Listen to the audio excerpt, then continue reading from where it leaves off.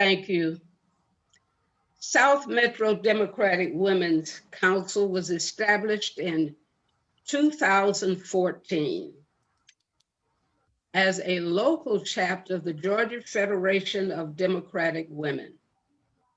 The Georgia Federation of Democratic Women is a sister chapter to the Georgia Democratic Party. Our organization has a 4-point mission. 1, to engage women of South Metro Atlanta in a wide variety of political activities. 2, to provide members with substantive information regarding local issues. 3, organize educational and voter registration activities in the communities. 4, identify and encourage women of appropriate age to run for office at all levels. Our membership includes community activists, city council women, mayors, presidents of homeowners association, presidents of Greek sororities, and chairs of state organizations of the Democratic Party. Our bylaws have just been changed so that we can accept men into the organization in a non-voting capacity.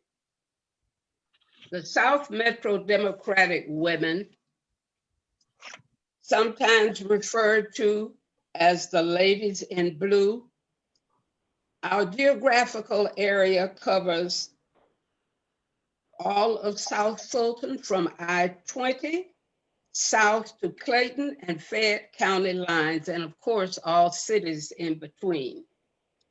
We are best known for hosting candidates forum, voter registration drives, and Women's History Month activities, and interviews with various candidates that are posted on Facebook and YouTube. And I will let you read some of our previously hosted forums.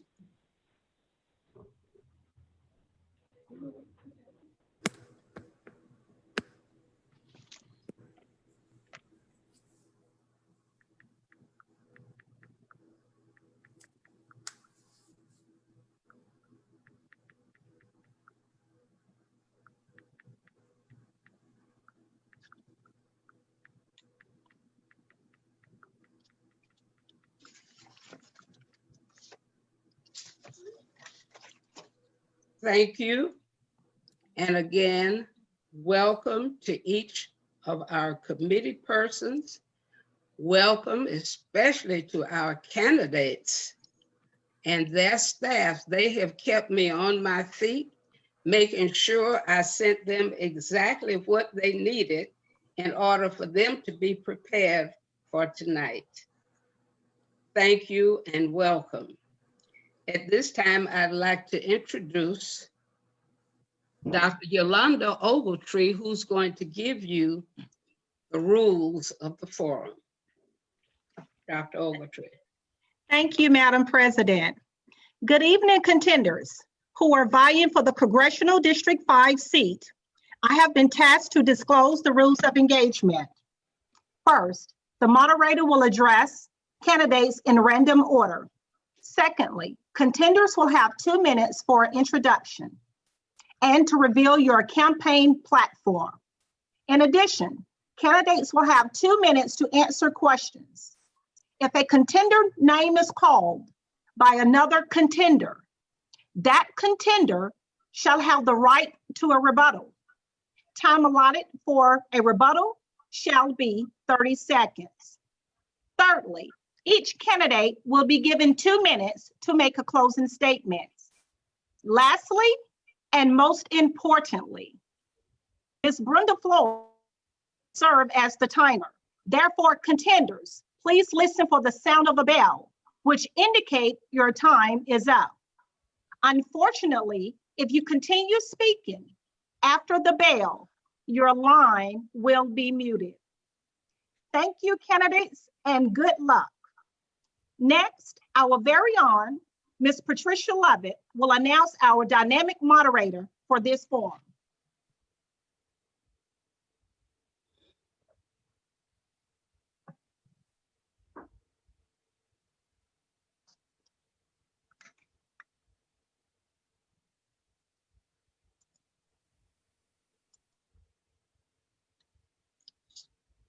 My pleasure and an honor to introduce our moderator for this evening, and that is none other than Ms. Kathy Adams.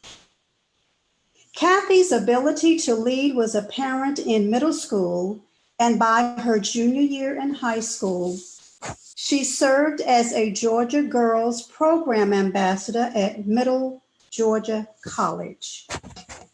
Kathy's college career includes attending Atlanta University, where she studied political science, and later at Phoenix University, where she earned a dual bachelor's degree in management and marketing.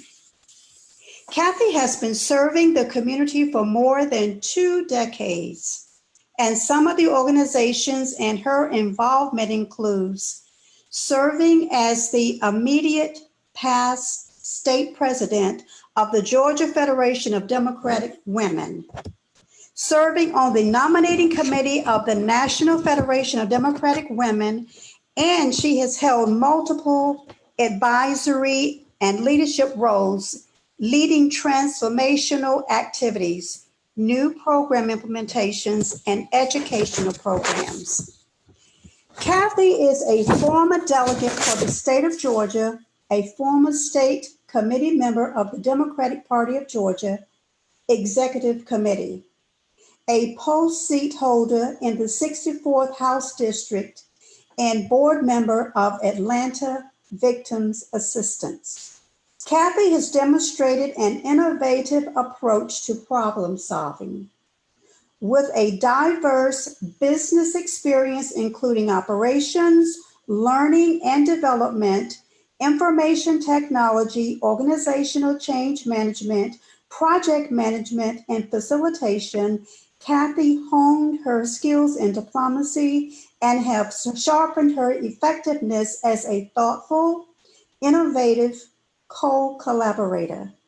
She has served as the second vice president of Carrie Still Pitts Children's Home, chair of Parent University, charter president of Toastmasters International at the Coca-Cola Company, a mentor and tutor at My Sister's House, Atlanta Literacy Program, board member of Emory University School of Public Health, Responsible Empowered Aware Living Men's Program, and currently serves as a co-chair of the Social Action Committee, East Point College Park alumni chapter of Delta Sigma Theta Sorority, Inc. And Kathy is the recipient of numerous leadership awards. Kathy is a mother and grandmother and is an active member of Cascade United Methodist Church. Without further ado, please let me introduce to you Ms. Kathy Adams. Kathy.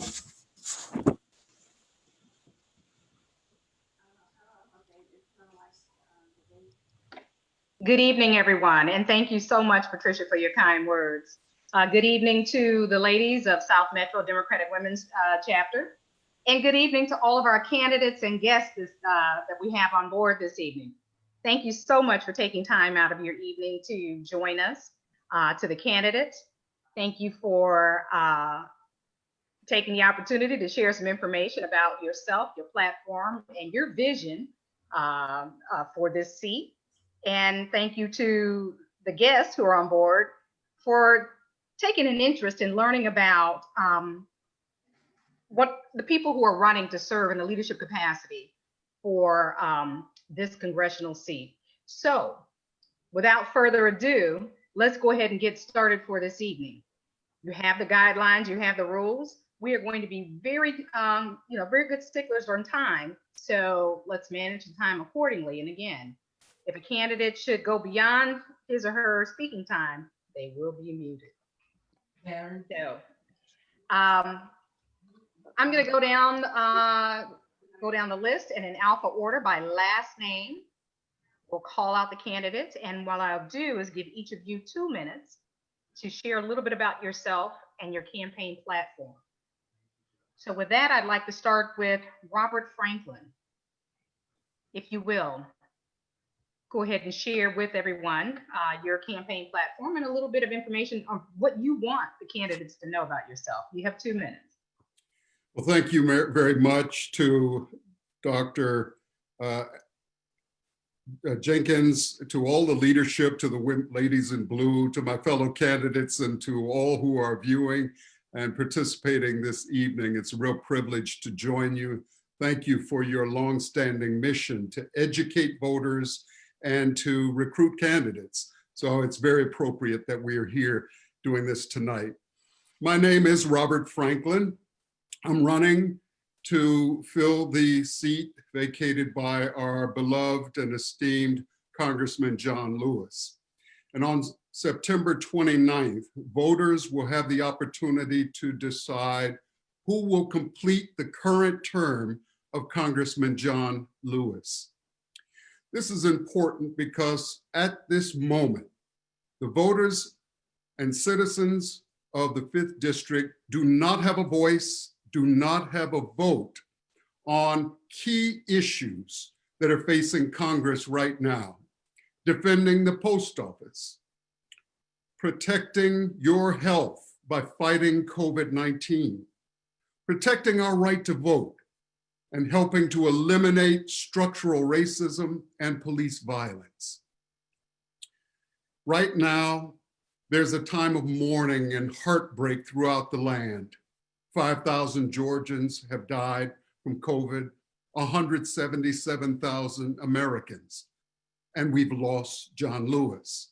So our hearts are heavy, and yet we need to come together to continue his legislative and moral agenda, even as we continue to mourn Congressman John Lewis. Make me your congressman on September 29th. I will hit the ground running to pass the John Lewis Voting Rights Advancement Act and to protect your health by empowering our government to do everything possible to flatten the COVID curve. Right now, time is short, and you need someone representing the 5th District in Congress who knows Congress and who knows Mr. Franklin, that's time. And it'd be my honor to serve as your congressman. Thank you so much. Thank you. Next, we'll move on to Councilman Kwanzaa Hall. Thank you. Thank you so much for having me this evening. I'm Kwanzaa Hall, former Atlanta City Councilman. I served for 13 years on the City Council and 2 years before that on the school board.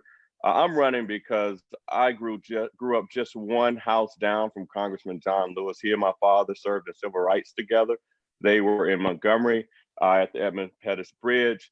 And growing up, he was a mentor to me. He was a person I looked up to. He and his wife took my hand when my father passed away and ensured that I participated in Congressional Black Caucus events. He and Lillian urged me to go on to apply to the West Point and Annapolis Air Force Academy, and I was admitted to all of those. I chose MIT. And, as an elected official, we work very closely on several items that are not complete.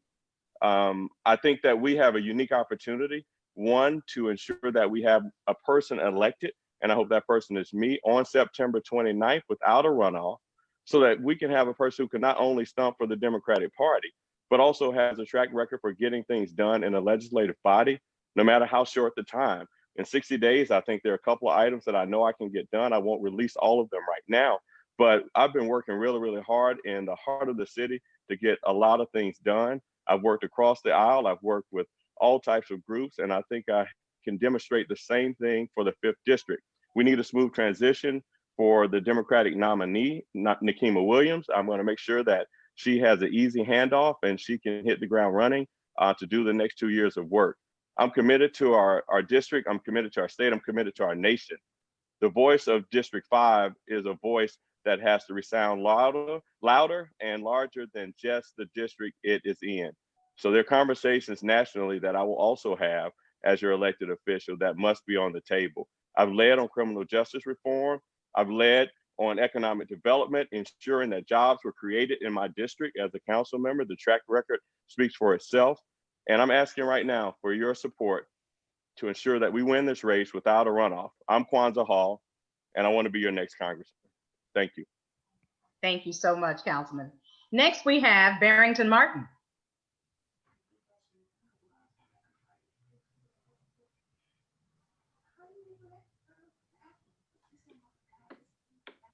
Do we have candidate Barrington Martin online? Okay. Next, we'll move on to Chase Oliver. Good evening, and thank you to the Southern Metro Democratic Women's Council for allowing me this chance to speak to all of you. My name is Chase Oliver, and I would like to be your candidate for United States Congress in this special election. My platform is one rooted in criminal justice and taking the voices of those who have been fighting and protesting in the streets of the District 5 for these changes. And I want to take those voices and I want to bring them to the halls of Washington, D.C. Very loudly. And I want to fight for changes that can be made during the short term, things like ending qualified immunity. There's a 4-page bill currently in the House of Representatives that has been co-sponsored by Justin Amash and Representative Ayanna Pressley, and it could pass if it only had the political will of the establishment. Qualified immunity would allow Jacob Blake to be able to sue in civil court and get justice for being shot 7 times in the back, for having a severed spinal cord, for being paralyzed, for having his life altered forever. And he needs to seek justice. But thanks to things like qualified immunity, it's harder for people who are victims of police violence to achieve that justice in a court of law. I want to fight for things like ending cash bail. Currently, right now, there are 500,000 people across the country who are in jail for the only reason that they are too poor to afford the bail to get out. This is a 2-tiered justice system where there's justice for the rich and justice for the poor. And I think that needs to change. And we can change that very easily. And lastly, I want to fight for a 50-state Voting Rights Act to honor the late John Lewis. Because while there is voter suppression in the old Jim Crow South, there's voter suppression all over the country. And we need to address it. And the way we honor John Lewis is to address voting rights in all 50 states. So that is the Voting Rights Act that I would seek to fight for. Thank you very much. And I look forward to hearing from all the other candidates and getting your questions. Thank you. Thank you. Next, we'll hear from Stephen Muhammad. Thank you. Greetings. My name is Stephen Muhammad, and I'm running for the 5th District Congressional seat. This is a seat that has meant a lot to a lot of people. But one of the things I don't think it has meant a lot to is when you look at the district and you look at DeKalb County, Clayton County, South Metro, those areas normally are neglected. The 5th District has definitely been taken care of inside the city of Atlanta. We need to put together a situation where the entire district is represented. So South Metro,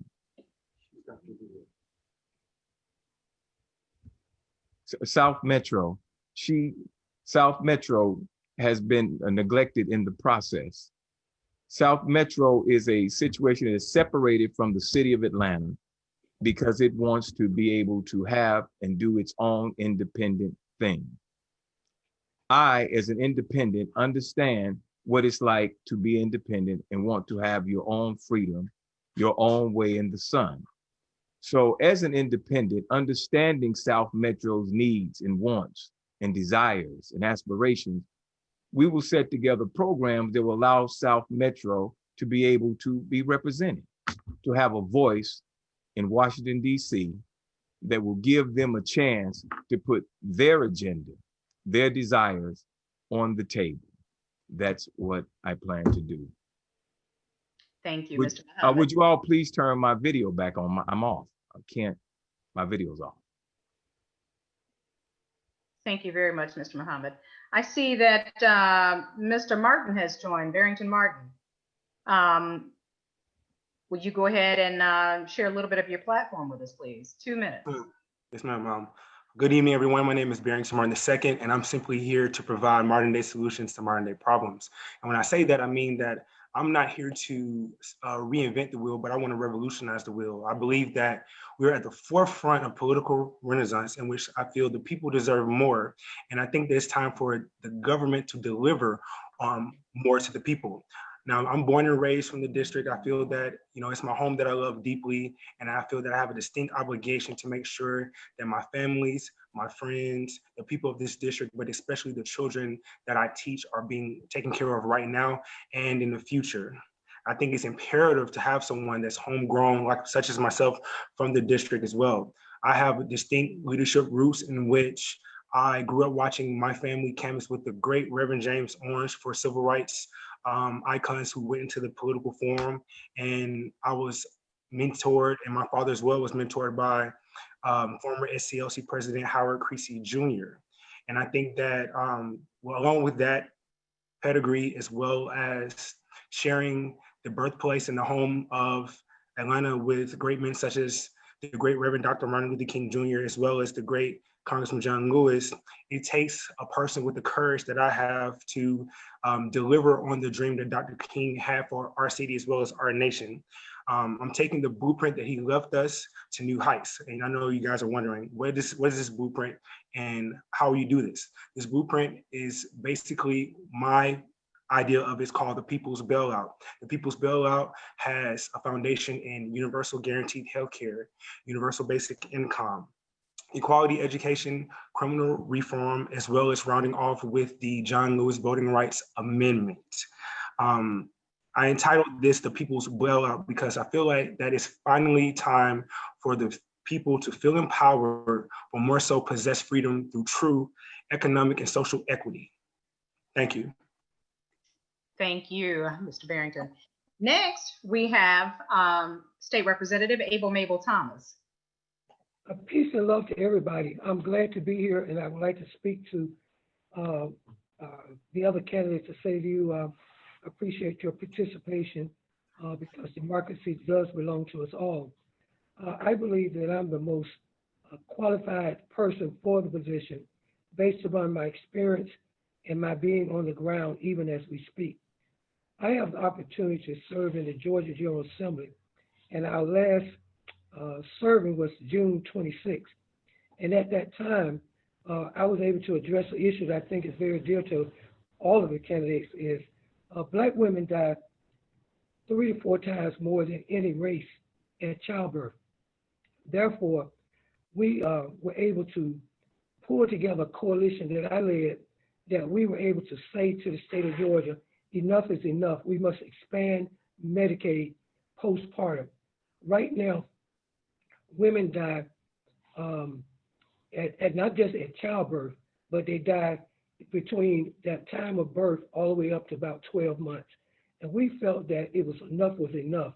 And when we went to the budget writers, they basically said, we're in the middle of a pandemic, so we can't deal with that issue. We'll give you a little money and come back in January and fight for it. But we as Black women specifically decided, no way, we're gonna fund this program, we're gonna get this bill passed, and we were able to get this bill passed to the tune of $21 million. And then from there, we were able to get $500,000 for Morehouse School of Medicine for a Center for Excellence, where they can follow up on work and research, training, as well as community engagement. So my record stands for itself.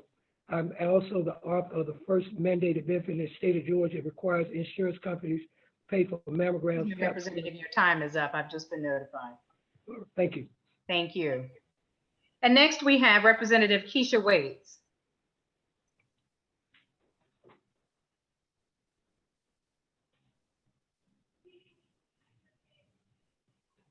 I see she's online. Can I get someone to unmute her or? How's that? Perfect. Okay, terrific. Is there an echo? Because I have these if you need me to put them on. No, you're good, but we can't see you. Okay, So I struggle with technology. One, I am excited to be with all of you tonight, and greetings to all of my colleagues this evening.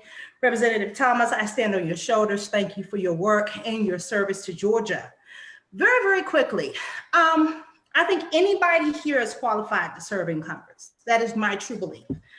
I think the question is, in a 3-week period of time, preferably 90 days, who can get the most done? And I'm not interested in pitting us against one another. I think that's unnecessary and divisive. I believe that it's important that the next member embody the spirit of servanthood that the congressman had, the late Congressman John Lewis. That is a spirit of justice, equity, and fairness. And I think that's going to be important.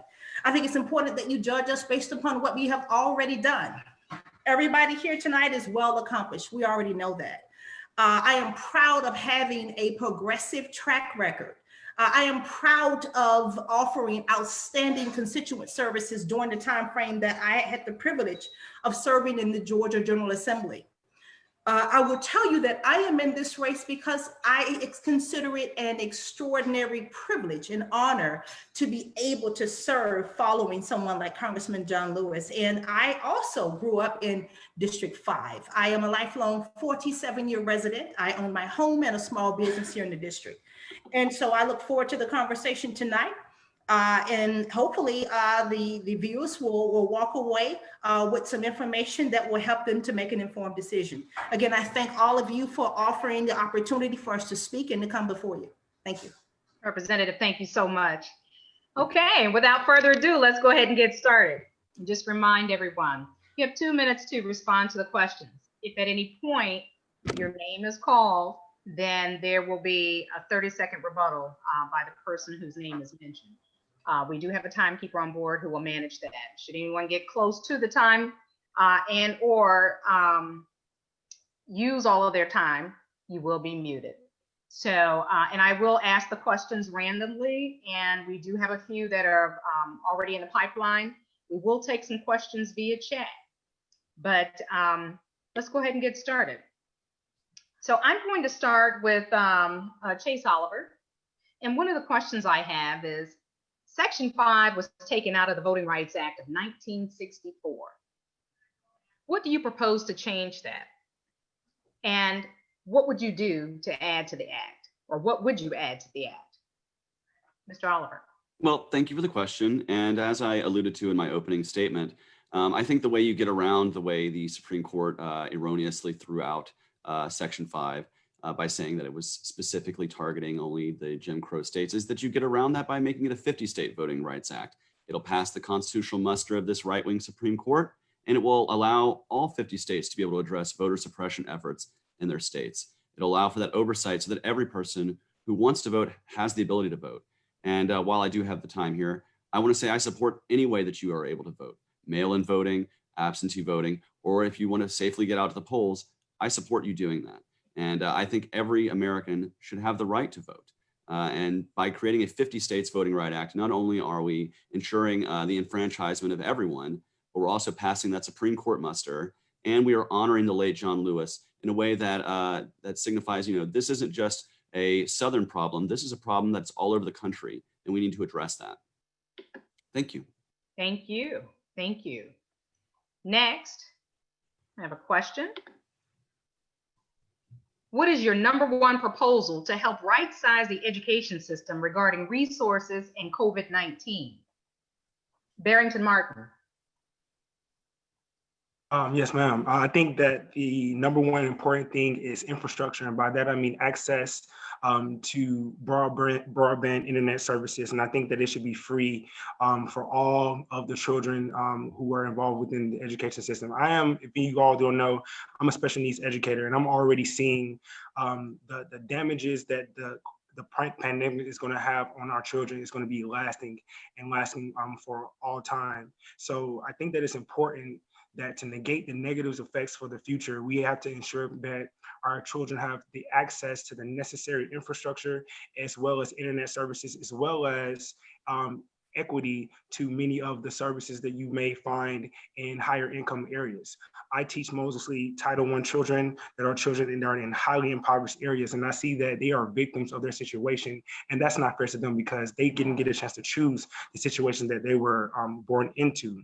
So I think that in going further, we're going to see that this pandemic has taken away a lot of the quality time that teachers spend in one-to-one relationships with their kids, and the extra attention that sometimes we get a chance to pay attention to our children, and that's been removed from the children's lives based on the pandemic. So I think that we basically have to play catch up, fill in the gaps that have been left by the pandemic, and allow our kids to possess or access the necessary infrastructure they need in moving forward and having a better and quality education. Thank you. Thank you. Thank you very much. The next question. Would you cut social services for older Americans if it meant lower taxes? Or would you propose higher taxes for more services? Kwanzaa Hall.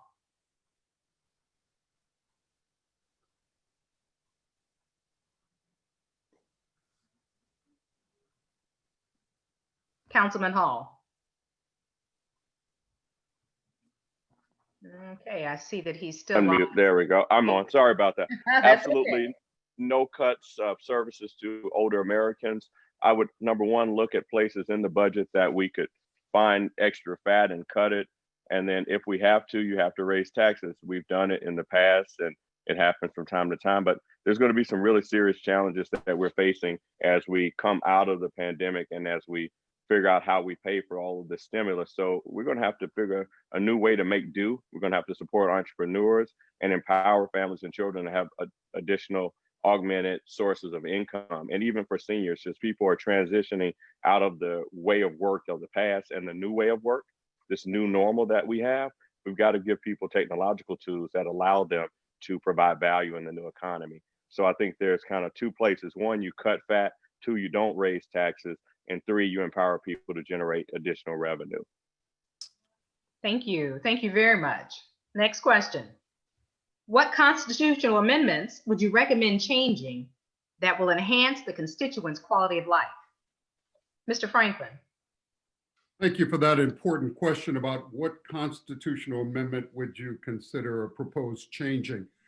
Frankly, none of the existing 27 amendments would I change. However, I would firmly support and be a strong advocate in Washington for passage of the ERA, the Equal Rights Amendment. That amendment is long overdue for being fully added to the US Constitution and becoming the 28th Amendment. We have some interesting challenges that are now emerging because 5 of the states that have already passed ERA have rescinded their earlier decisions. But I think that needs to be put back on the docket since it has had significant success in the past. It's also appropriate in this year because we are all celebrating joyfully the passage, the 100th anniversary of the 19th Amendment that empowered women to vote. And yet we recognize it did not complete its task entirely. That is, it empowered white women to vote.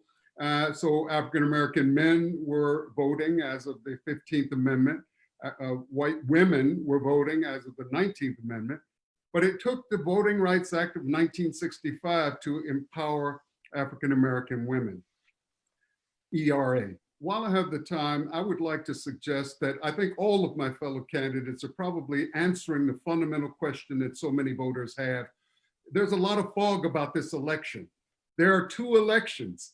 One, a special election on September 29, in which 7 of us are running. That winner will occupy the seat until January. Nikema Williams is running for a new 2-year term that begins in January. That's the November election. Let's keep them separate. Let's care about the September 29 election because these are the final days of John Lewis's term. They are sacred. Thank you. Thank you very much. Next question. What is the one issue that would cause you to vote on shutting down the government to force a solution on that issue? Representative Waits.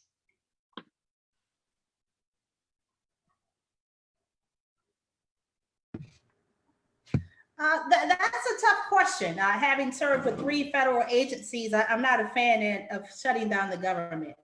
But I do believe that taxpayers and American citizens are our most precious commodity.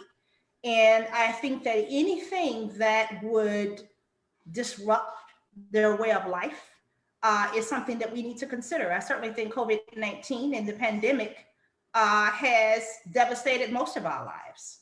I think the thought of cutting any Social Security benefits for aging and working families who have invested in our country over the years, I think would be antithetical to American life.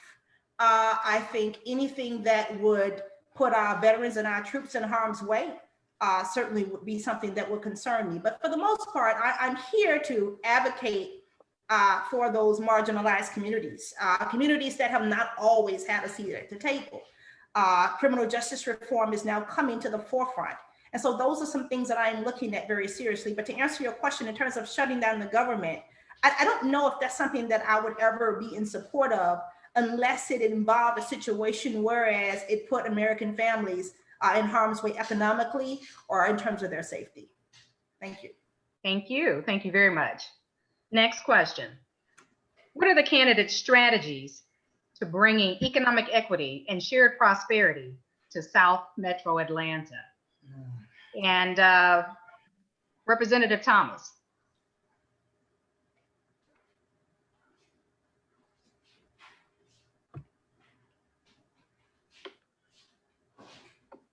I think she's still on mute. I think that there's a lot of issues that's before us in terms of inequity. One of the things that we know for sure is that working class people not only don't have livable wages, but also they don't have a voice at the table. And when you go as far as even towards the South, that South Fulton or South has not really gotten the type of resources that the North has.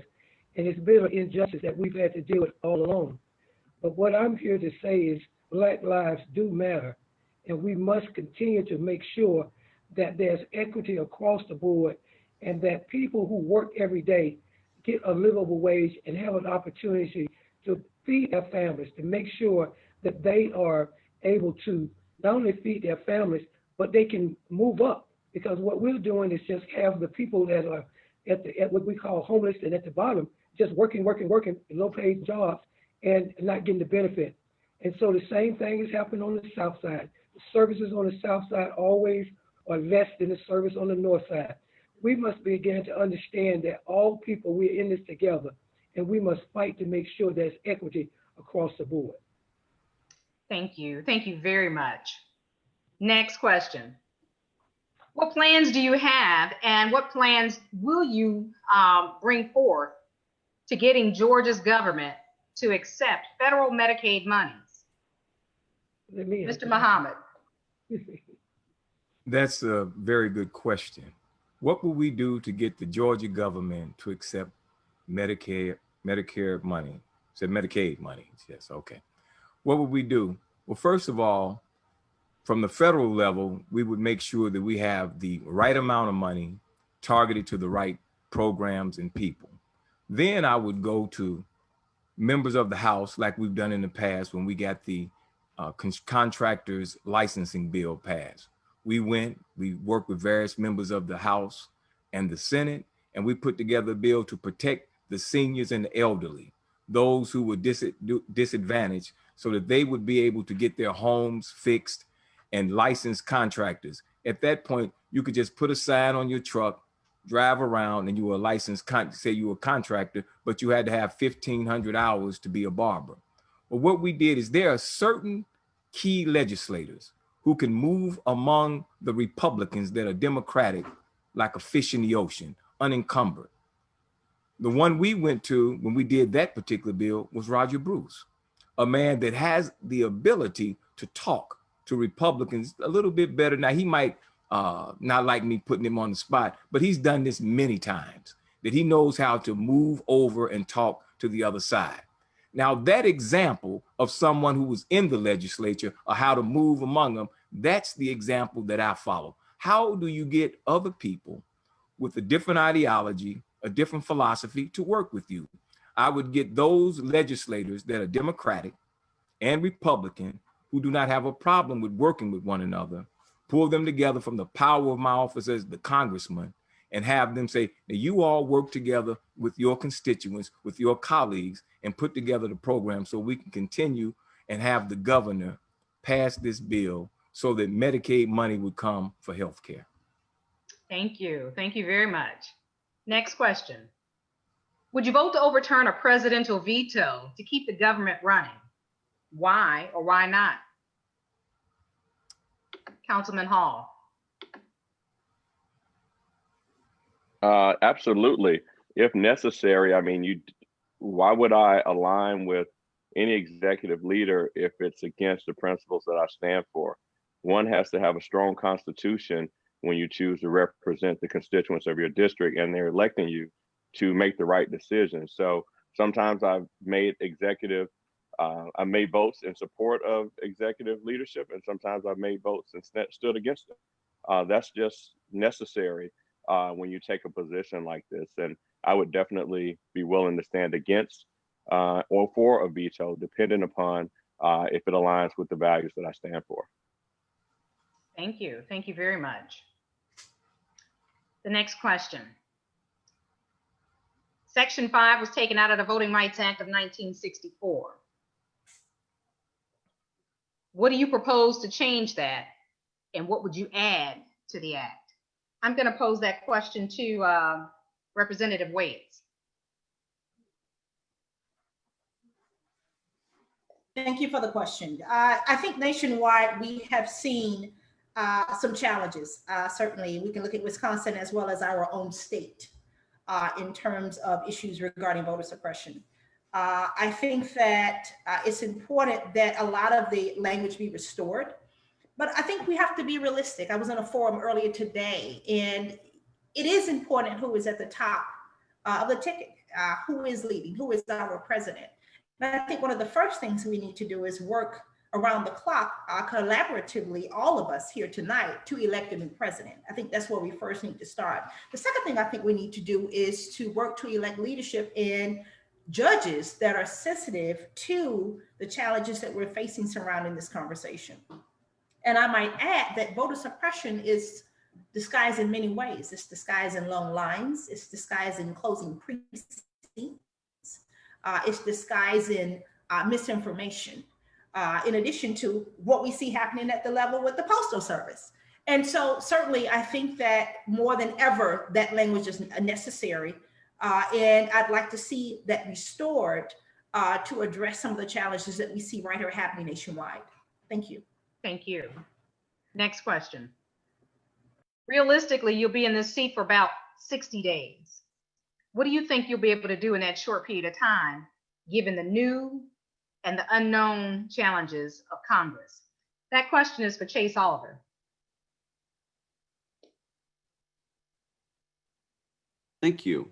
So in that short period of time, one part of my platform that I think could totally pass would be ending qualified immunity. There's the End Qualified Immunity Act, which is sponsored by Ayanna Pressley, a progressive Democrat, and Representative Justin Amash of Michigan, a libertarian congressman. There's also Republican co-sponsors. It's a literal tripartisan bill, and the bill is 4 pages long, requires no amendments, minimal amount of debate, and we could pass it tomorrow to allow people to get justice when there is improper policing and brutality done to these people. Luckily, Jacob Blake survived, and hopefully he will be able to get justice in a courtroom. But thanks to qualified immunity, that's an extra hurdle he has to cover. There are so many people whose lives have actually been lost to police brutality, and their families deserve justice, and their communities deserve justice. But thanks to qualified immunity, we have bad policing giving good policing a bad name too. This creates distrust in our police departments. We can actually solve part of this issue. Now, of course, qualified immunity is not a silver bullet to finish all of the criminal justice issues we have, but it is a great first step that we can take, and that can be passed during this lame duck essentially period of Congress. And if need be, I think there's the votes if we push hard enough and we build coalitions to override a presidential veto on something like this. It's the voices of the people in the street who need to be heard in the halls of Congress. And I will fight for that every single day I serve if I'm elected. That is something that can be done and should be done during this time right now. Thank you. Thank you. The next question. What are your strategies to bring economic equity and shared prosperity to South Metro Atlanta? That question is for Robert Franklin. Thank you, Dr. Adams. That's an exceedingly important question as we are living our way through COVID-19 right now. We need to begin to reimagine the economy, reimagine education, and preparing a skilled workforce for the emerging economy. And so the voice in Congress has the ability to convene problem solvers. One of the things I would do on day 2 in office is convene key leaders who have already demonstrated track records in promoting economic development, but none of them who have done economic development in the past have done it in the context of COVID. That's a new setting. We need to puzzle our way through that together. I would convene. I'd call Leona Davenport Barr and draw upon the resources of Atlanta Business League, Tommy Dortch, the Russell Innovation Center. I'd call on Kwanzaa Hall. He's been doing important work in this area, as many have. I'd like to bring the best minds together to help provide leverage for reconstructing our communities. But it also has to filter into education. I'm a college president, former college president. I was focused on college readiness, but I've also been focused on career readiness. And we need to mobilize more resources to prepare the future carpenters and plumbers and IT leadership as well. Above all, we need to ensure that we teach our students character readiness. Whether they go to college or elsewhere, they must be good, decent, and honest people who have integrity and wish to serve the community. Thank you. Thank you. The next question. What constitutional amendments would you recommend changing that will enhance your constituents' quality of life? Representative Abel Mabel Thomas.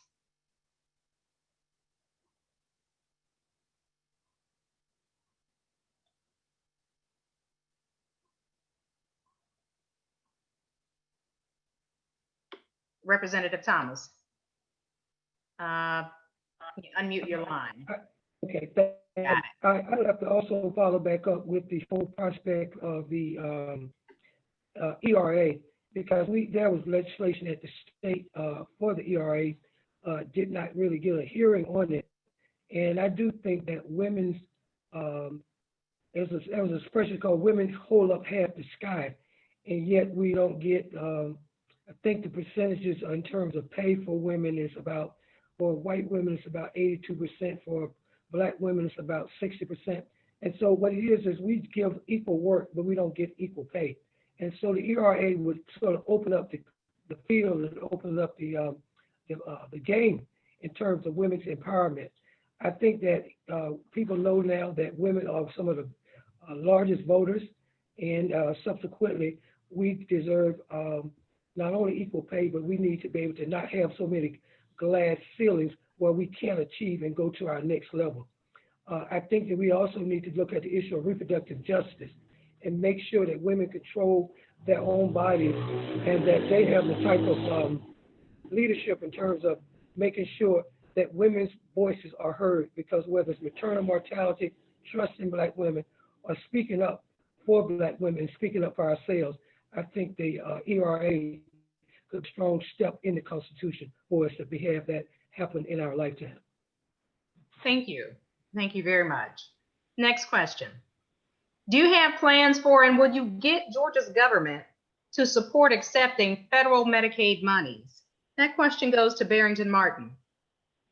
Yes, ma'am. Absolutely. And furthermore, I think that to strengthen our entire healthcare, I think that we have to implement universal healthcare. If not, what we must certainly have to do is implement a universal basic healthcare services. And by this, I mean that, free checkups, free mammogram services, free prostate services, a free cancer screening each year. And I think that all of these are essential, mainly because we live in a nation that is so abundant, and we have to end this scarcity mindset that we have. And in order to better the lives of people, their lives have to be better within health and mental health. And that's why I also would like to propose free mental health screenings as well, all paid for by the United States government. And I think this is essential to improving the quality of life of people, which will essentially improve the overall status of our nation in general. Thank you. Thank you, and thank you very much. And what I'm doing, just so you know, and so that everyone is aware, each of the candidates will get an opportunity to answer some of the same questions. I'm just asking those questions in random order. I'm not going 1, 2, 3, 4, 5, 6, and everybody gets to answer the same question at the same time.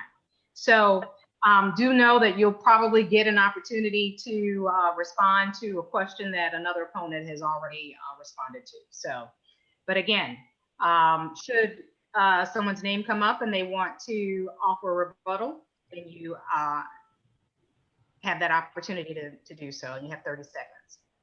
And so I'm going to move on. And the next question is, what is the #1 proposal to help right-size the educational system regarding resources in COVID-19?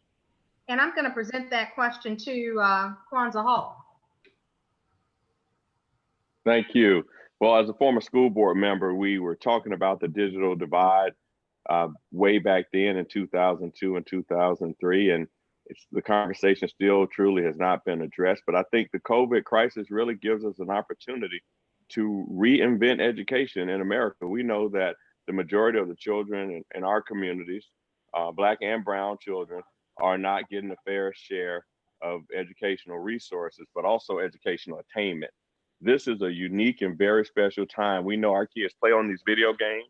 They're geniuses at using the new technology, but there's been a slight disconnect. As we saw yesterday, the Zoom went down early in the morning for parents and teachers alike on the first day of school. So this is a great moment that we can reinvent it and probably find an opportunity for greater equity for communities that are greatest challenged, that are on the margins, and frankly have been left behind for many, many generations.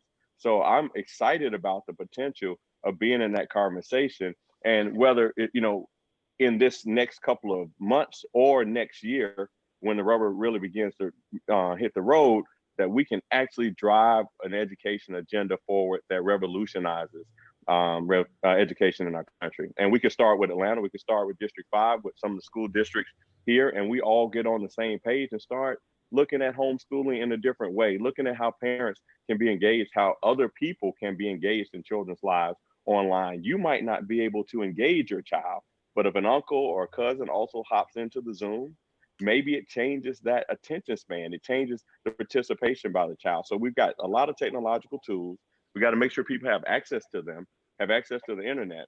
And then we've got to empower people with the knowledge to use them, and make sure that it's not predicated on you having a college degree to be able to be a parent for children in this day and age. So just excited about what we can do with education, because it hasn't worked. It hasn't worked for most children. Probably 90% don't get what they deserve in public schools in our region. Thank you, Councilman. I see that your time is up. So next question. Would you vote to overturn a presidential veto to keep the government running? Why or why not? Mr. Muhammad, that question's for you. Yes, thank you. Would I vote to overturn a presidential veto? Depends on what the veto was. I can't say just in a vacuum what I would and wouldn't do. Depends on the president, depends on the issue. Right now, I think that most of the group that I'm speaking to now hopes that Joe Biden gets in. This is the Democratic group. They hope that Trump is removed. Now, we don't know if that's a reality. 2016, everyone thought that Hillary Clinton would be the winner of the election, but that didn't happen. Donald Trump came in. So now what do we do to ensure and make sure that we get a president that puts forth issues that we don't have to veto, override his vetoes? So step one means we need everyone to go out and vote so that we can have a president that's in there that our issues are addressed. That's why I'm an independent, because we need to become a third political force. We need to band together.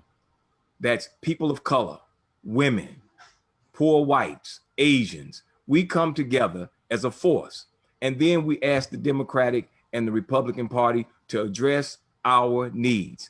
As long as we are stuck in one place, that person does not have to address our needs. They get in and they do not fulfill the needs that we have. So I, Stephen Muhammad, am an independent for that reason. It's so that we can get our needs addressed. So if we come together, the thing would be for me is to have a president that would address our needs when they go in there, and there would be no need for overriding any vetoes. But at this point, it's a partisan thing, Republican and Democrat, and they fight each other. So it's a fight. Thank you. Thank you. Thank you very much. So the next question. Do you support some form of Medicare for all as a supplement or secondary coverage to the Affordable Care Act? And that question is for Chase Oliver. Thank you for that question. So when I hear Medicare for all or Medicaid for all, what I actually think in my head is what is government healthcare? And I think VA healthcare for all, the Veterans Administration. And if you want to look at a failure when it comes to government administered healthcare, look no further than the VA. Ask any veteran and they will tell you that they get substandard care, even though that they themselves sacrifice off their life and limb to serve this country. I think what we could do is we could do better by instead of relying on this terrible insurance model that we have now, we should rely actually on a real free market system, which, you know, we hear all the time that the system we have now is free market, but it isn't really. It's an over-regulated market where we use insurance for every healthcare cost. Imagine if you use health insurance in a way like you do car insurance. Imagine if your car insurance covered things like gas and tires and oil changes, and you used it for everything. Well, no one would have any incentive to keep prices lower. What we can do is we can be pushing for lower cost healthcare. And that is something that we can do when we allow for more freedom of choice for people. And Medicare for all is not choice for everyone. And I know I'm probably taking a tack that many Democrats haven't heard before. And the truth is that you won't hear many ideas because of a two-party system that just encourages partisanship.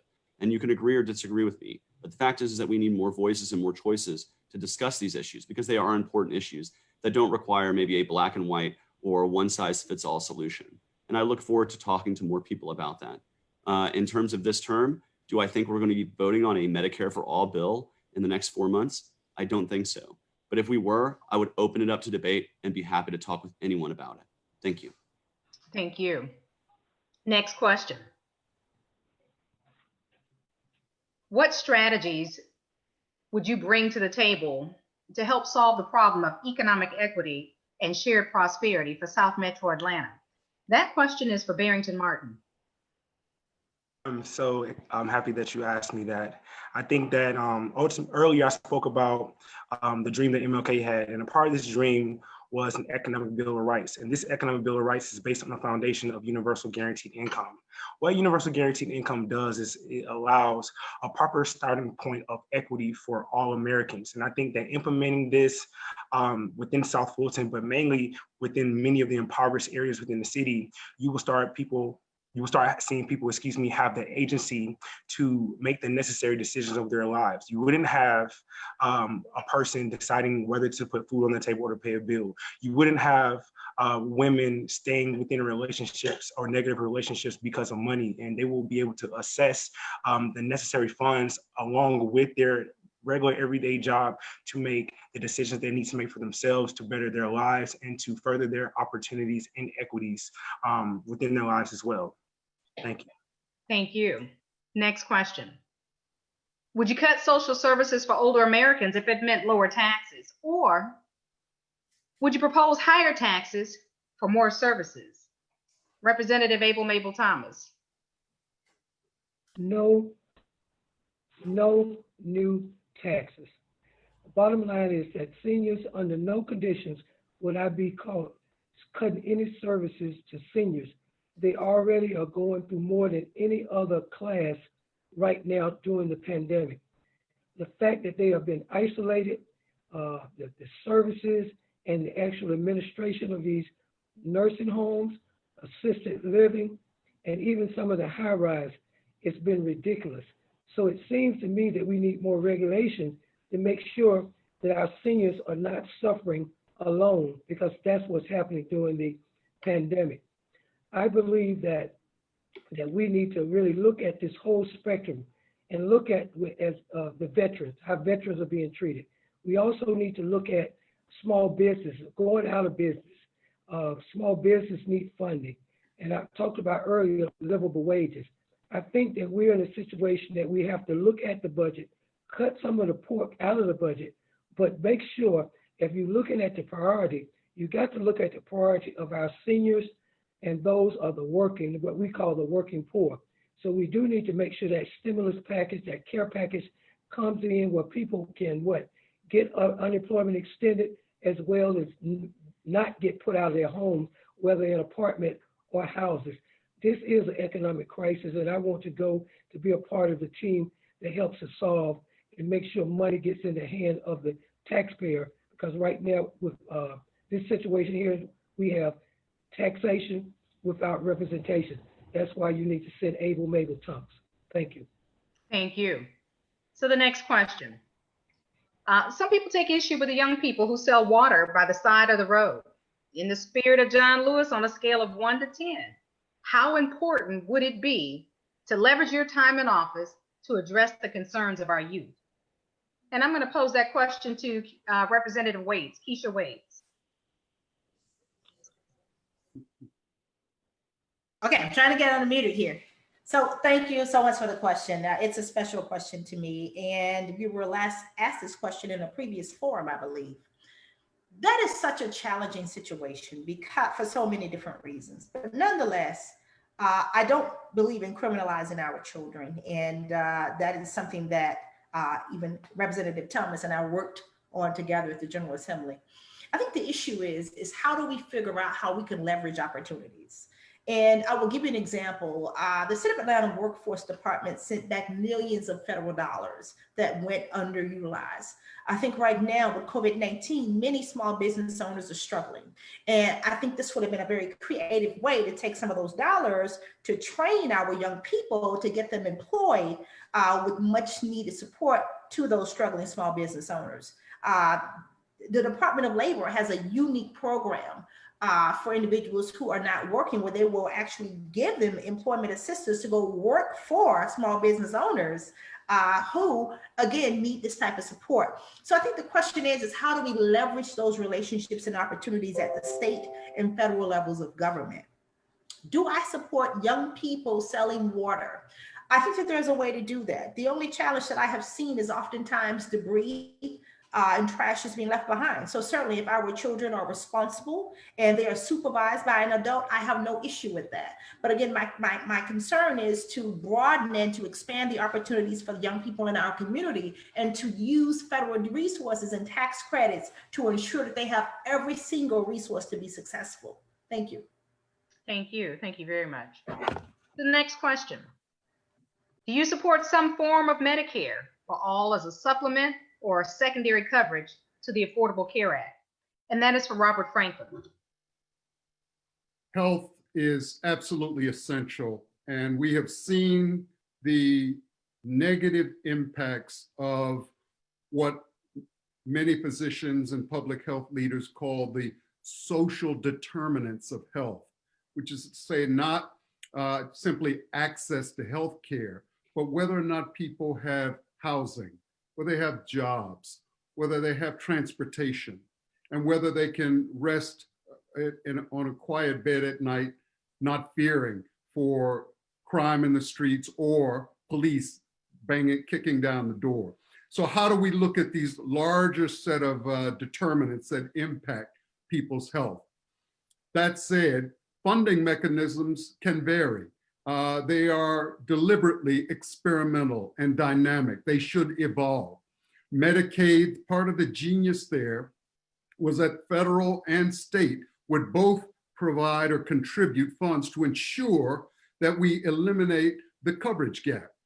It's tragic that several states, including Georgia, refuse to do that. As a consequence, there are far too many people in this state not covered because of governmental leadership, because our governors did not have the vision and the courage to act. We left money on the table that could have helped people who need the help.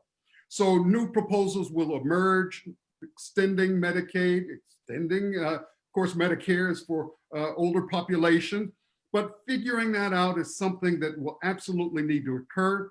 Frankly, it's not likely to occur during the 90, 60, or 30-day term that we have. What we need is someone representing and providing voice and vote for all of the healthcare needs, addressing the public health crisis of COVID, and speaking truth to power so that we can change the outlook for every Georgian, especially the 790,000 who live in the district. Mr. Franklin, that's 2 minutes. Thank you. Next question. What is your commitment to ensuring that affordable housing along with the Atlanta Beltline and to mitigate the placement of to mitigate the displacement existing for the existing residents? Let me rephrase that. What is your commitment to ensuring that we have affordable housing along the Atlanta Beltline to mitigate displacement of existing residents? And I'm going to pose that question to Chase Oliver. All right, so one area housing that is very important to me is actually making sure that people get to stay in their homes. This is not necessarily relevant to the Beltline exactly, but one group that I've been fighting for a long time are the people of Peoplestown in Atlanta who have been displaced due to eminent domain. Eminent domain is something that should not really exist except for serious circumstances. It's where essentially the government just says, you're no longer allowed to live here because we need to build a park or a bridge or a road. And many times these don't even get built. But in terms of what would I do to create affordable housing, one way we do that is we actually get the government out of the way sometimes. Again, I know this sounds crazy to hear in a Democratic forum, and I am a libertarian candidate, but I would welcome people to enter into that discussion as to ways we can make housing more affordable without using taxpayer funds. There are ways to do that. One way we can actually help people get affordable housing is to get zoning requirements out of the way for things like tiny homes.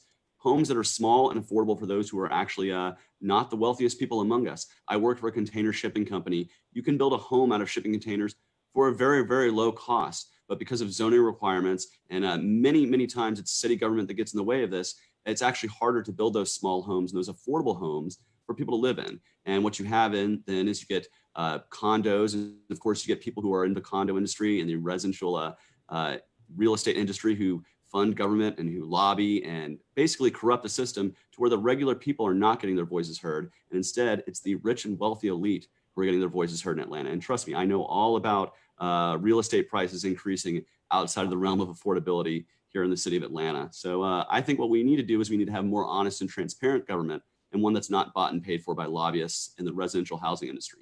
Thank you. Thank you. Excuse Next me. question. Excuse me. I'm sorry? Excuse me, even though Mr. Chase did not necessarily call our name, there's such another different perspective as it relates to affordable housing. And I don't know whether it would be appropriate for a rebuttal at this point, or maybe I just have to wait for Go ahead, please. You have 30 seconds. Okay, what I thought about is that what people keep doing is saying that the homeless should get in some type of container or get in some type of small business. The issue is, it's not just that, the issue is economics. Make sure that the people who are homeless or who are marginalized get more income. It's not about making them in a smaller and smaller house. The bottom line is they need economic development and they need wraparound services to make sure that they can get out of the condition they're in so they can make a living so they don't have to live in a container. I don't want people to continue to push out. Poor people got to be in the smallest of houses. They can live in a medium house. Representative, your 30 seconds is up. Thank you. Next question. We all know that Representative Lewis was a drum major for justice for the LGBTQIA. And what would you do to continue fighting for the LGBT community to ensure that the rights mirror the rights of the heterosexuals? that question is going to go to Stephen Muhammad. Thank you. Well, what I would do is what my platform says I would do. I'm for freedom, justice, and equality. I'm for equality of opportunity for everyone. Justice, equal justice under the law, regardless of creed, class, color, or sexual orientation. These are the things that I would push for. I would make sure that every American, regardless of where they are in their life or what it is that they do in their life, that they would get equal justice. Because I, as a Muslim, have been discriminated against. There's Christian churches that have not let me in. There are places that have said, no, we don't want you. So I know the pain and the hurt that it feels when someone, because of a part of aspect of your life that someone else doesn't like, they take it out on you. So no, we would fight hard. We would fight justly. I would fight very strongly to create a new reality for all Americans. That's why I'm running. I'm here to create a new reality that gives freedom, justice, and equality to everyone. Because right now, we don't have it. There's discrimination, there's division, there's this side and that side. It's left and right instead of being in the middle and balance. So I would fight to get justice and freedom and rights to everyone, because that's what we need. Right. One other point, when the nightclub shooting occurred in Florida, where the Muslim went in and killed the people in the LGBTQ nightclub. Here in Atlanta, we did a protest. I did it with pals, Melissa. I went on radio with them on the Rashad Ritchie show and said that that is not the Islamic way. We went and did a press conference to deal with that. I supported them and said that we as Muslims in Atlanta would not do such a thing. We would not attack somebody based on their sexual orientation. And that group, I supported them wholeheartedly in their efforts, and they know that, and we would create that new reality. Thank you. Next question. I'm sorry? Dr. Adams, may I also give a thought on that? Yes, you have 30 seconds. Certainly. District 5 is certainly one of the most diverse congressional seats in the country, and we also enjoy a very large LGBTQ population. And I think it's important to note the work that some of us have done in the room, including Councilman Kwanzaa Hall, surrounding LGBT rights. And right now, the transgender community is certainly under attack nationwide. And I would certainly give a voice to ensure that our transgender brothers and sisters are protected and that they enjoy some of the privileges and freedoms that those of us in the holistic mainstream LGBT community enjoy. Thank you. Thank you. Your 30 seconds is up. Thank you. Can I jump in since my name was called? Yeah, I would second that as well. Yes, go ahead. Go ahead. Okay, great. And thank you. I also want to echo and agree. And working in particular with solutions, not punishment. There's a heavy transgender community right on 3rd and 4th and 5th Street in Piedmont. And for many years, they were ostracized, attacked, and basically put under the thumb of the whole city by everyone you can imagine. But we began to work together, created a dialogue, built trust and rapport, and began to figure out solutions and not just have police arresting people, because well-heeled folks had moved in and they felt like it was disturbing their peace. And that's not right, because everyone deserves justice. Thank you. All right, thank you. Yeah. Thank you. So, Mr. Oliver, did you want to chime in? Yeah, I would. I am a member of the LGBT community, and I do want to remind folks while we're talking about trans rights, you know, our struggle for civil rights really got started in 1969 with the Stonewall riots. And I'd like to remind folks that it's actually trans women of color who really kicked off that movement at Stonewall. And what it was is it was a group of people who had been routinely abused by government standing up and saying, we're not going to take this anymore, and we're not going to take the police abuse. And so I would stand with our LGBT community. And in fact, I think that LGBT people should be added to the Civil Rights Act as a population, because they suffer much of the same discrimination. All right, Mr. Oliver, your 30 seconds is up. Thank you. So we're winding up. We're getting ready for the home stretch, and I'm going to ask each of you, you know, you only have a short period of time in office. You have about 60 days plus or minus, give or two a day here and there. What is your #1 priority and why? And I'm going to start with Mr. Franklin. With a brief term, it's important to hit the ground running. The two issues I find most compelling that I would devote my time to immediately. number one, passage of the Voting Rights Act, the John Lewis Voting Rights Advancement Act. Now, thanks to Alabama Representative Terry Sewell, HR 4 has already been passed by the House. The holdup and obstacles in the Senate. And I want to stand in the well of Congress and challenge and keep the power in the Senate, the need for profiles in courage in the Senate. And Ida B. Wells used to say, there is in every person a chord of decency, which once struck by the truth, it wells out and rings out in righteousness and change. So change can happen. We need to pass that act during these sacred final days of John Lewis's life. The other is to empower the government to convene problem solvers and solution makers to ensure that we can attack this abiding problem of COVID-19. It's extraordinary, and I bring a global perspective to this office and the possibilities, just as John Lewis had a global perspective. I've walked on all 7 continents. I have a perspective that I think is valuable here. It's fascinating. A few months ago, we were worried about Italy, but Italy today has about 250,000 COVID cases with 35,000 deaths. The United Kingdom, 320,000 cases with about 41,000 deaths. Canada, our next door neighbor whom we should resemble, 123,000 cases with only 9,000 deaths. But the United States of America, with all of our promise and greatness, 5,500,000 cases. I'm sorry, your time. 177,000 deaths. We need leadership right now. Okay, next question. Again, what is your #1 priority and why? Mr. Barrington Martin. Yes, ma'am. To be honest, I have 3 priorities. The first priority is to hold Congress accountable. The people have been left without for too long, and we've seen the Senate go on recess for entirely too long in the midst of people losing their jobs, in the midst of people not having enough money to pay their bills, to pay their mortgage, and left wondering who is going to help us. My next priority is really bring home the fact to the 2 foremost foundations of my platform, which is universal guaranteed income and universal basic healthcare services. The reason I said this and how I know that universal guaranteed income needs to be a part of the conversation going forward is because A, our great mayor, Mayor Lance Bottoms, has signed on to the Mayors for Guaranteed Income, and B, we now have the Old Fourth Ward Economic Task Force, which is looking at guaranteed income within the Old Fourth Ward impoverished areas. The reason I'm stating this is because even before this special election, within my primary, I advocated for universal guaranteed income, and now leadership within our very own city are implicitly advocating for it as well.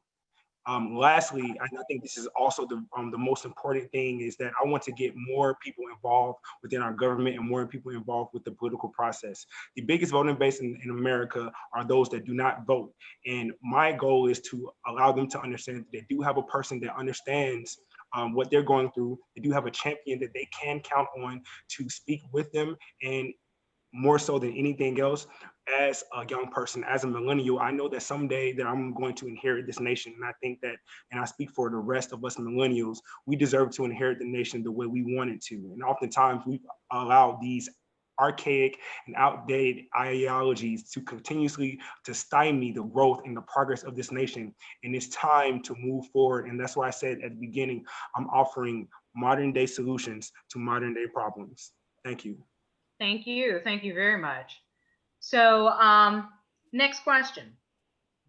So with all of it that's going on in today's environment with law enforcement, you know, we've had a question centered around that, and I certainly want to pose that question, present that as we begin to wrap up. And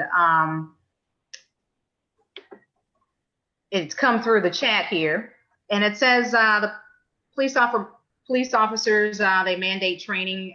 Let's see, the mandated training requires 800 hours, but cosmetologists require over 1,200 hours. What will you do to fund sensitivity and de-escalation training. Not sure if that is a congressional question or not, but certainly going to present that, and you can massage or tweak that or take pieces of it if you'd like. But Kwanzaa Hall. Absolutely. Thank you.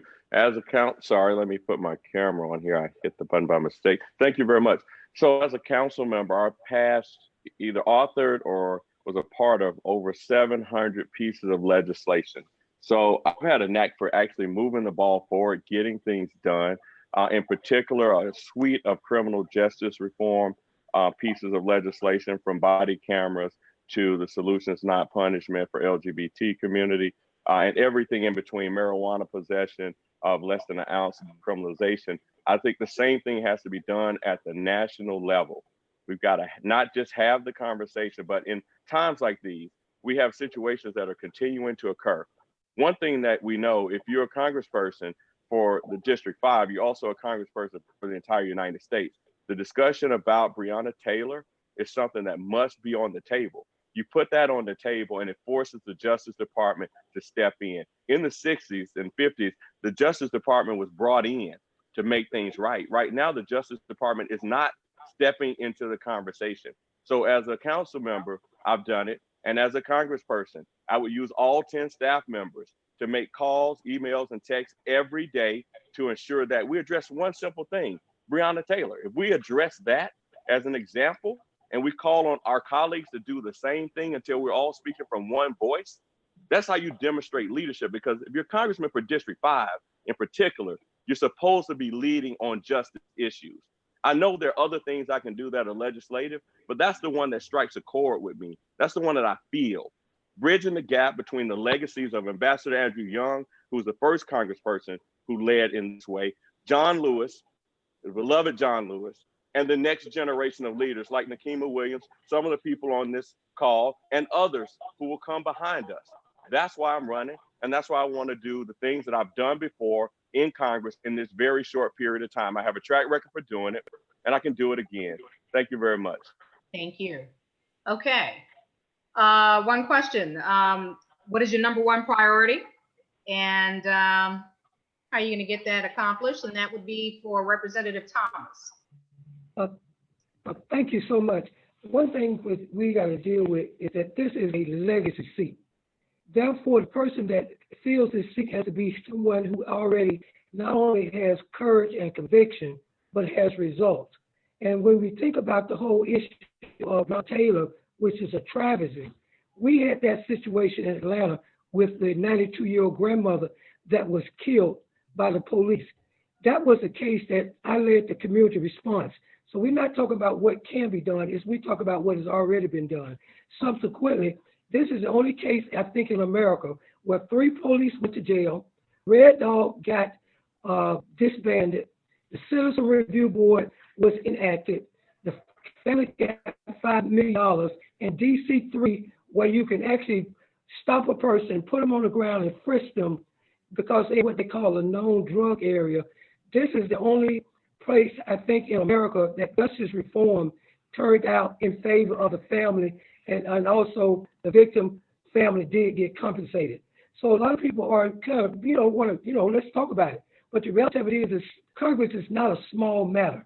You don't need anybody that has a large learning curve. The reality of it is, if you send Mabel Thomas, I've already been there at the grassroots in the community, but have been one of the most let's put it like this, one of the most accomplished Democratic state legislators that is in this body called the Georgia General Assembly. This is a body that mimics the Congress.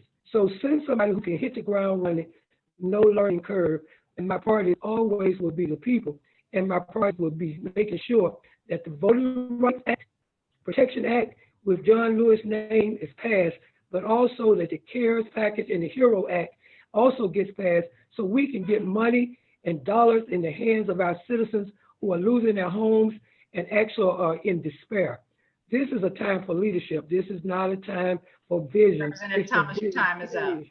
Can I rebuttal, please? Can I rebuttal to this? Is it okay? Yes, I'll give you 30 seconds. I think it's important to note that we've been talking about experience all day, and what I've come to understand and realize that experience has been a hindrance. we keep uttering that we're going to uplift the legacy of Congressman Lewis by the Voting Rights Act, but it should be an amendment. And I think that needs to be stated. Voting is one of the most integral parts of and the foundation of our democracy, and the fact that it continues to be infringed upon lets us know and lets me know as well that these archaic, outdated mindsets and ideologies continues to be a cyclic relationship in which we continue to go in cycles instead of having the necessary solutions. Mr. Martin, your time is up. Thank you. Thank you. So, and let me go ahead and ask one more question. Again, we go back to police officers. They're mandated to 800 training hours, but the cosmetologists require over 1,200 training hours. What will you do to fund sensitivity and de-escalation training? Stephen Muhammad. Thank you for that question. Well, one of the things is that the police officers that come into the Black community, a lot of them are rogue cops. They come in because they said that's where the action is. They're gonna come down there and make a little extra money. They're going to shake people down. They're going to shoot people in the back. We've seen it on the videos. All of them are not. Now, one of the things about Atlanta, I've lived in New York, Chicago, Los Angeles, most of them, and I've been in most of the major cities. Atlanta has a real good group of police officers, really does compared to other major cities. But there are still rogue cops. And if we do not have citizen patrols, that's one of the things that I remember when I was coming up in Chicago, is we used to have neighborhood watch. Well, we have something similar called a 10,000 Fearless, and we're over in the Vine City English area. But we have eyes, and with these eyes, we're watching and we're looking for the rogue cops, the criminals, and anyone who is creating injustice in the neighborhood. And what we do then is we're working with law enforcement, the sheriff's department. I work with Sheriff Jackson. I work with the Atlanta Police Department, and we work with them to root out those evildoers who then prey upon the community and they abuse people. We have to get them out. And the only way that's going to happen is the citizens. The citizens see it. Their commanding officers don't see it. They're in their towers, they're in their offices. So we have to come together as citizens and point out these roguish cops so that we can get them off the streets and we can clean up our communities and make it a safe and decent place to live, which is what I've worked for my entire adult life. We need safe and decent places to live, because right now the Black community in most places is not a safe and decent place to live. South Fulton has pockets of areas that are unsafe. Atlanta has pockets of areas that are unsafe. DeKalb County has it, and we need to work together to solve that. Thank you very much. Thank you very much. And one more question. For these next 60 days, what is your #1 priority and why? Representative Waits. Thank you for the question. It's been echoed several times tonight that we have a very limited amount of time to accomplish any task. And it's also been stated that the congressman's seat is sacred and coveted, and I agree with that. For me, the top 3 priorities would be constituent service, quality of life issues, ensuring that every American has access to health care, and finally advocating for universal health care, because COVID-19 is probably going to be one of the #1 issues in this campaign that we're going to see in November. Finally, ensuring and working together to elect a new president of the United States. I think that all of us on the stage, regardless of what our political affiliation, all agree that something needs to change at the national level of government. So the 3 priorities, again, would be constituent services. It would be working to advocate for universal health care. Many Americans right now are without health care, and COVID-19 has been devastating to many families, including my own.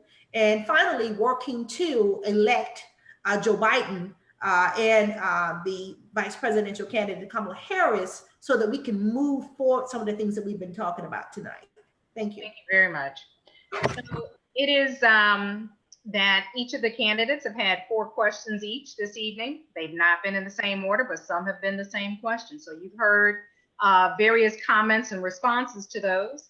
And you may ask why, because as an elected official, sometimes you have to answer off the cuff, but you got to pay attention to what's going on around you.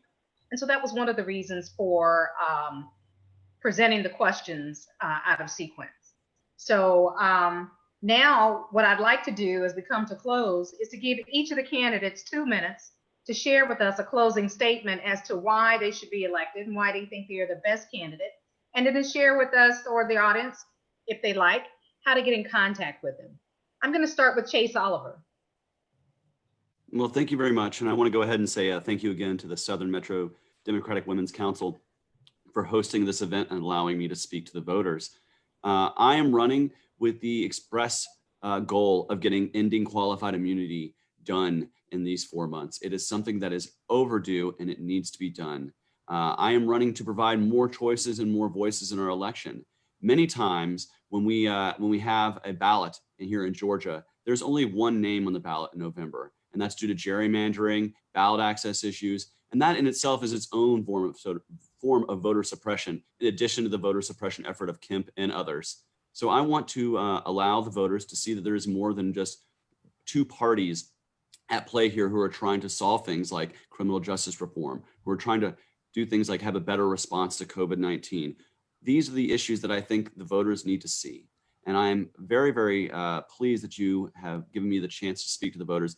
And again, I want to fight for things that can be done. Ending qualified immunity can be done. It could have been done months ago if the will of the political establishment were there. And that's what I'm going to Washington, D.C. to do, to challenge the political establishment. And when they don't, if they don't, end qualified immunity, end no-knock raids, end cash bail, I will make sure everyone knows exactly who stood in the way of those things, because that's what needs to be done. It is a long time. George Floyd was murdered months ago. People have been in the streets since then. People have been fighting for these issues since long before then. And it's time that those voices get heard in the halls of Congress. And no more games, no more political back and forth, no more two-party games. Challenge the establishment. Get the things done. Serve the people. That is why I am running.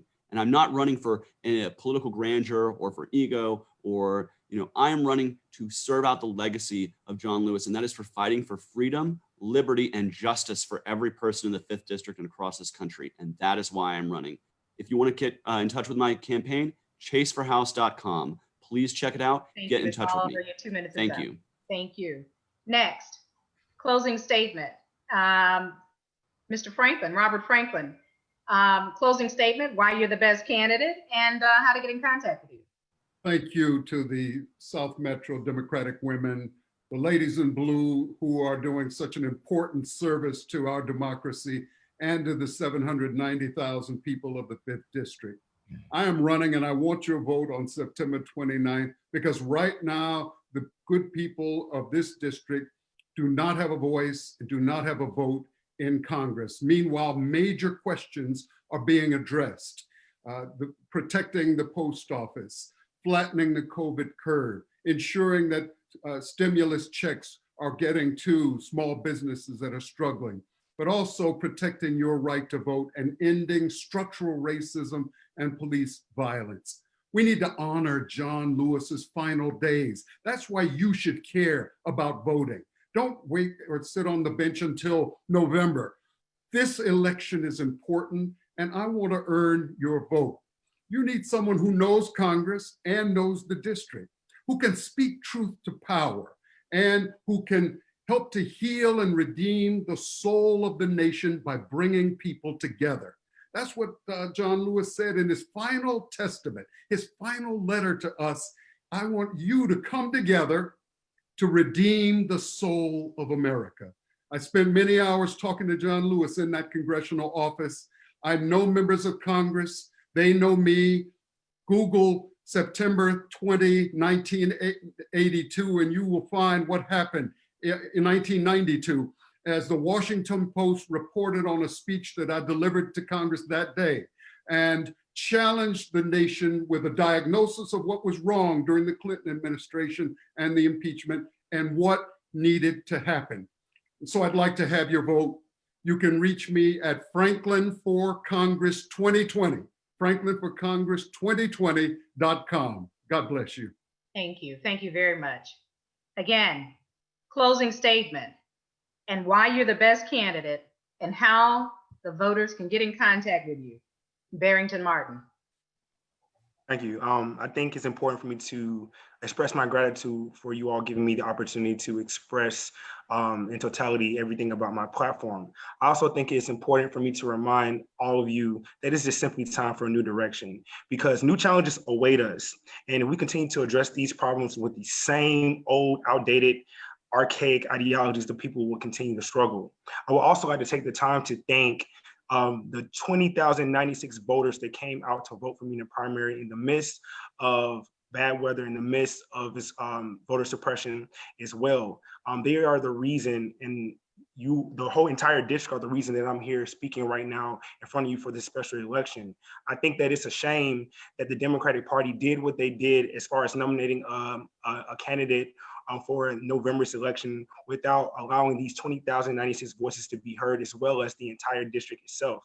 I think it's important to remind you guys again that I was here in the beginning. I had the courage and the honor to stand in front of a titan and take the political beating that I took because the people needed to see and the people needed to understand that they had someone that believed in them, that they had someone who would speak up for them, even though they've been long forgotten and underserved within this district. Ask yourselves, where were everyone else on this panel June 9th? Why do they care right now?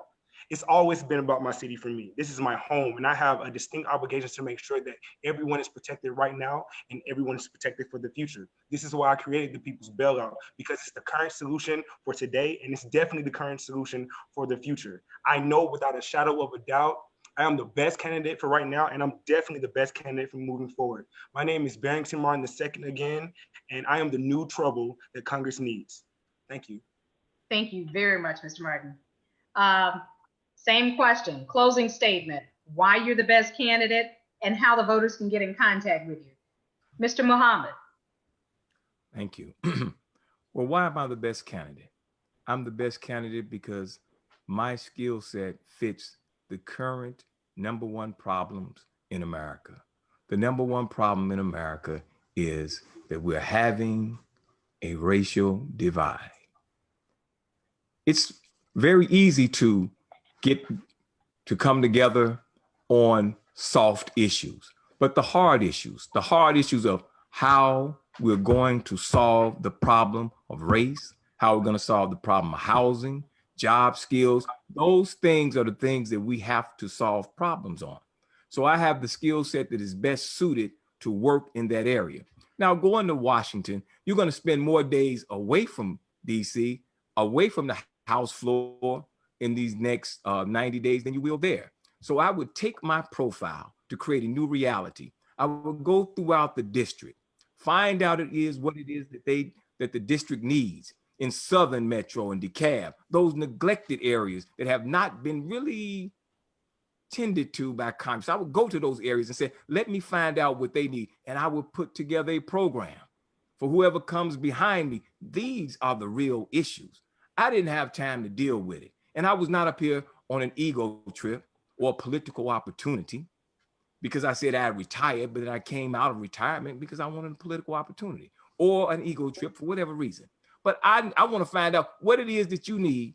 And my legacy, we know what John Lewis's legacy, but my legacy would be that I would have created a package, put together a program that whoever comes behind me, that's what we failed to do, the youth, those who come behind us. We don't have a program for them. This is what you need to do.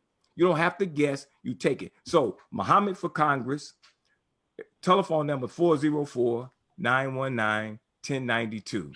And we will create a new reality for all of the 5th District. Thank you. Thank you very much.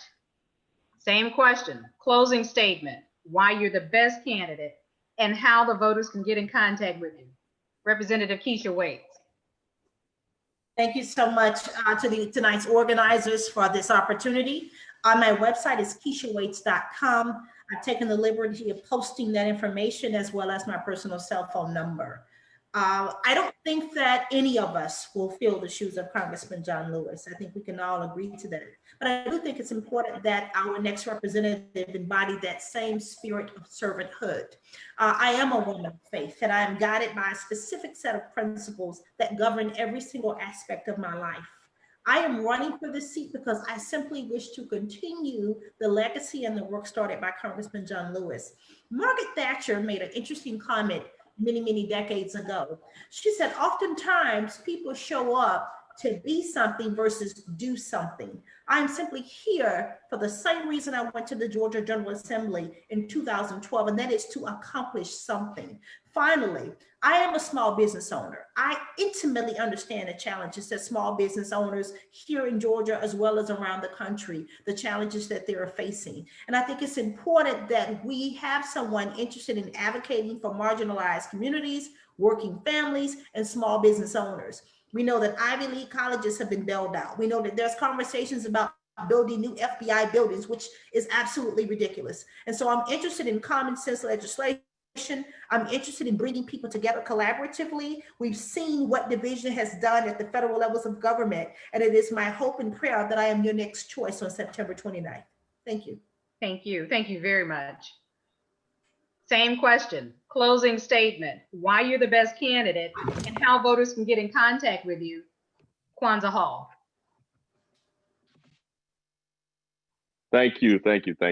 I'm Kwanzaa Hall, and I'm running to bridge the gap between the great legacy that Ambassador Andrew Young and Congressman John Lewis left us, and to ensure that the next generation of freedom fighters are empowered to do the things that not only have been done before us, but also looking forward to the future. I'm excited about the potential of hitting the ground running immediately in October to stump for the Biden-Harris ticket in a way that I did for other presidential candidates, also for governors around the country, to bring the energy and the force of all the exciting people that are part of this campaign to bear on that election. Of course, Nikema Williams will have a smooth transition, but one thing I know for sure, when you're in a position like this, you have to know how to navigate. You have to have a track record, and you have to have friends and relationships in all kinds of places. I already have those relationships, and I have a track record for getting things done. There are a couple of things that Congressman Lewis and I were working on that are not complete. They haven't been mentioned today, and I'm going to mention them at a future time. But these items are items that I know will not only honor his legacy, because that's important, but even more important is creating a new legacy. We are all still talking about the 60s.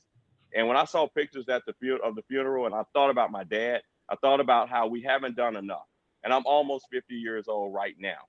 But I want to be able to empower young people like Barrington and others to be able to carry this mantle forward. So this is the time to bridge that gap and ensure that we have a new legacy going forward, not the old legacy, a new legacy. So I'm Kwanzaa Hall, and I want to be your next congressman. www.kwanzaahall.com. 404-454-1116. I'm on social media, on Facebook, Instagram, Twitter, at Kwanzaa Hall. Thank you. Thank you very much. Thank you very much, Councilman. And again, closing statement, why you're the best candidate and how voters can get in contact with you. Representative Mabel Thomas. What I want to say is for you to tell the voters that we need tried and true leadership. There's nothing wrong with experience. John Lewis went to Congress at the age of 47 and stayed to the age of 80. He had made a big impact before he even went to Congress. But what I'm here to tell you is this is a legacy seat. It is not for those that give lip service, but for someone that gives community service and people service. We need leadership who has the courage to get in the way, who has not played it safe, who stands for positive change and good trouble. The reality of it is we cannot afford a learning curve. Congress is a big deal. We can act like you can just come in and just start doing everything. First thing you got to do is understand the rules. Also, you have to do is build partnerships with the Georgia delegation, because that's the delegation that you are working with to make impact for Georgia. Also, I will say, I'm not ashamed to say that as a young person, I too went early and made sure that I walked with John Lewis across that Edmund Pettus Bridge. I made sure that when the people were feeding the hungry, then I fed the hungry as a young person. I've been on more than 50 marches dealing with righteousness. I talked about the issue with Katherine Johnson, her being someone who was killed by the police. So I'm definitely for justice reform, and I don't even call it criminal justice reform, because a lot of times the people who are getting killed are not criminals. We just need justice reform. I'm here to tell you at the end of the day, it is important that we do have people to stand up for reproductive justice, stand up for the rights of the LGBTQ plus community, to stand up for working families, to stand up for small business people, stand up for veterans. I'm a person that has worked in these particular areas. I also understand that it's always time for positive change. Who I am is a leader. I'm a leader who's worked for positive change, and I will continue to do that. No learning curve. Way to get in touch with me is www.ablemable.com. And also we have a separate website on the Facebook as well. So we are committed to the people.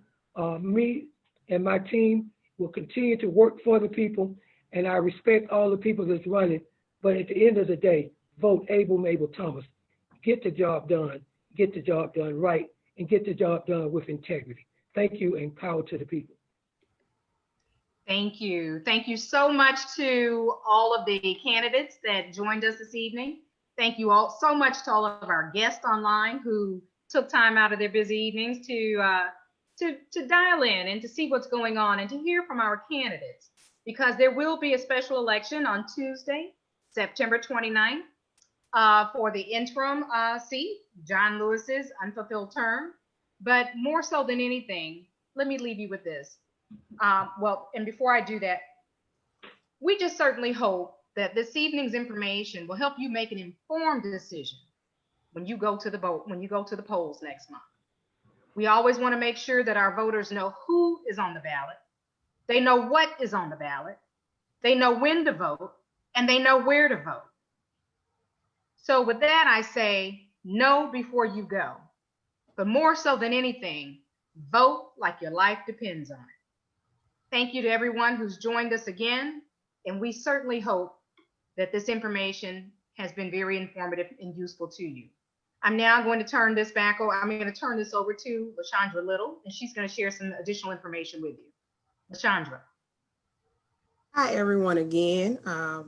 My name is LaShondra Little, as she just stated, and I served as the chair for our South Metro Democratic Women's Council Census Committee. And we just wanted to give you an announcement, as we are less than, well, pretty much a little over a month away from the census deadline. We have embarked upon a census town hall series. And so we'll have our last town hall series on September 22nd. And we just want to invite you all who are watching with us right now to invite those who you know to be able to come on in and listen to us as we really talk about the importance of the census, and that you can invite those who probably still need to complete the census because our response rate in the South Metro area is pretty low. And so we just wanted to remind everyone about the census and invite everyone to watch with us on Facebook Live, September 22nd, our last forum in our Census Town Hall series.